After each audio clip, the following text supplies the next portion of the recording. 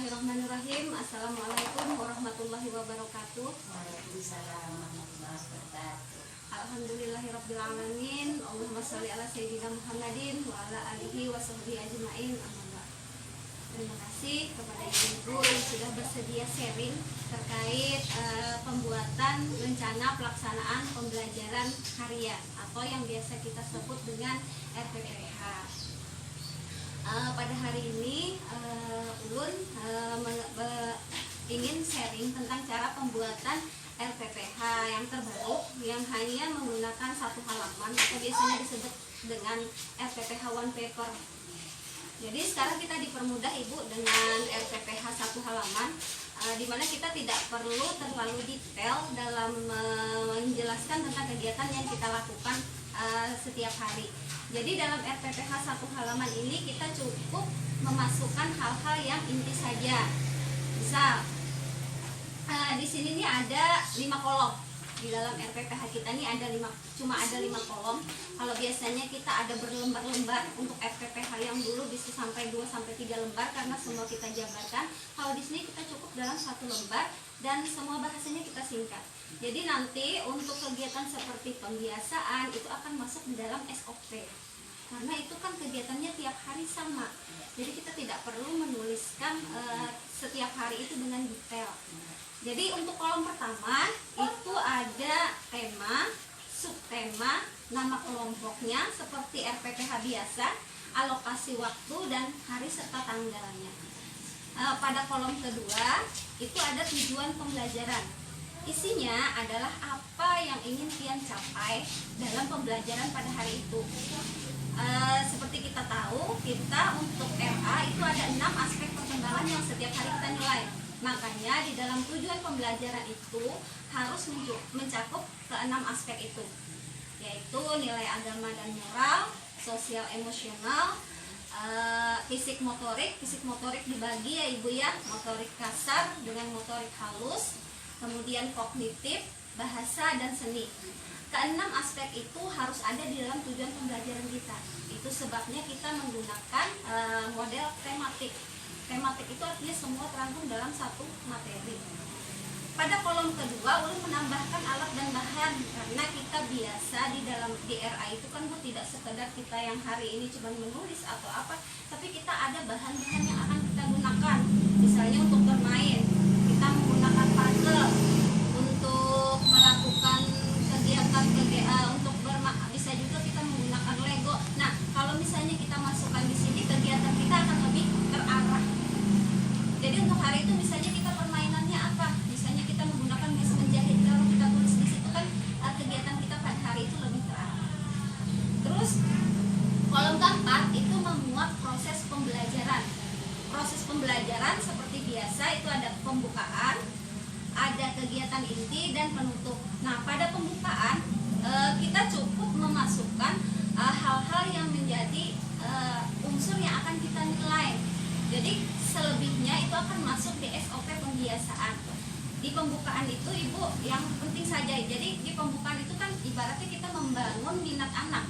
Jadi membangun minat anak kan biasanya kita salam, menyapa, dan surah apa? Surah, hadis, dan doa apa yang akan kita nilai pada hari itu. Nah, untuk surah-surah atau nilai itu kita bisa berpatokan pada ini Ibu, pada lampiran keputusan Dirjen Pendidikan Islam nomor 3489 tahun 2016. Di sini ada Ibu surah-surah, tapi kalau ibu-ibu ingin menambah itu bisa.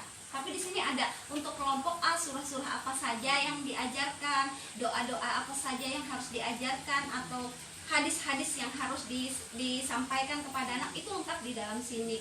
Ditambah lagi ini kita ada panduan tentang pengembangan pembelajaran pendidikan agama Islam. Nah, di dalam sini lebih lengkap lagi Ibu. Di sini ada tentang materi apa saja yang harus diajarkan kepada anak didik kita.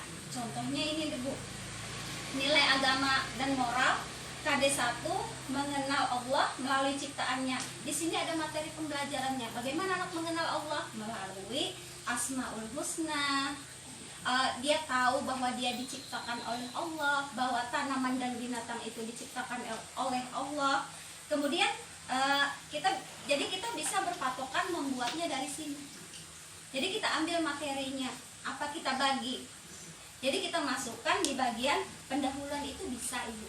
Nah, ketika masuk kegiatan inti, kegiatan inti biasanya kita melakukan biasanya kalau kegiatan inti itu bulah kognitif, baunya bahasa dan seni. Karena 6 dan sosial itu biasanya dapat kita nilai pada waktu pembiasaan. Kalau ketika kegiatan inti biasanya kita lebih fokus pada kognitif, bahasa dan seni. Walaupun ketika sambil mengerjakan itu 6 dan sosial itu masuk. 6 dan sosial itu selalu masuk di mana saja, karena saat anak menggambar kita bisa saja mengarahkan siapa yang menciptakan, siapa yang mengapa kita harus bersyukur, itu kita bisa mengarahkan di situ. Tapi biasanya titik fokusnya karena ini akan menghasilkan sebuah hasil karya ketika penilaian. Nah, untuk penutup di sini kita cukup memasukkan intinya saja. Kan penutup biasanya kita menyimpulkan materi, ada lagu penutup, ada doa sebelum penutup, kemudian salam. Tapi kita tidak perlu menyampaikan kita menyanyikan lagu ini, doanya ini tidak perlu, karena itu nanti masuknya pada SOP penutup.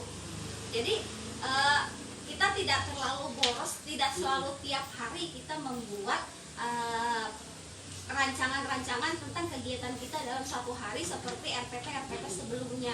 Kalau RPP sebelumnya kan semua detail, semua diceritakan dari awal pembiasaan, anak guru menyapa anak, kemudian guru menanyakan kabar anak, kemudian kita membaca doa harian. Biasanya kan doa harian kalau untuk RA itu banyak ya Ibu ya, ada doa orang tua. Tapi kalau ketika kita pakai RPP 1 halaman ini, kita hanya fokus pada apa yang akan kita nilai. Nah, kolom terakhir itu adalah penilaian. Di sini mudahnya RPP one paper Ibu. Kalau menggunakan RPP one paper ini, penilaian itu langsung. Jadi penilaian itu Ibu, apa yang di dalam tujuan itu yang akan kita nilai. Jadi ketika di tujuannya kita sebut anak mampu mengenal Allah sebagai Sang Pencipta, ketika di penilaian kita langsung menuliskan menyebut Allah sebagai pencipta. Jadi ketika kita tanya, mereka mampu menyebutkan bahwa pencipta mereka adalah Allah gitu. Jadi bahasanya aja Ibu yang dirubah lagi. Jadi tujuan sama penilaian itu tinggal merubah bahasa saja. Ketika di tujuan kita menyebut anak mampu anak mampu melakukan koordinasi motorik kasar, anak mampu melakukan koordinasi motorik halus. Ketika di penilaian kita langsung, jadi koordinasi motorik kasar misalnya pada hari itu kita mau motorik kasarnya berlari, kita bisa langsung tulis berlari. Jadi lebih memudahkan ketika pian membuat penilaian. Ketika penilaian pian tinggal langsung copy aja, pindahkan ke kolom penilaian. Jadi pian kada perlu sampai 2-3 kali mengerjakan. Jadi dalam hal ini one paper ini sangat memudahkan kita untuk melakukan kegiatan supaya lebih supaya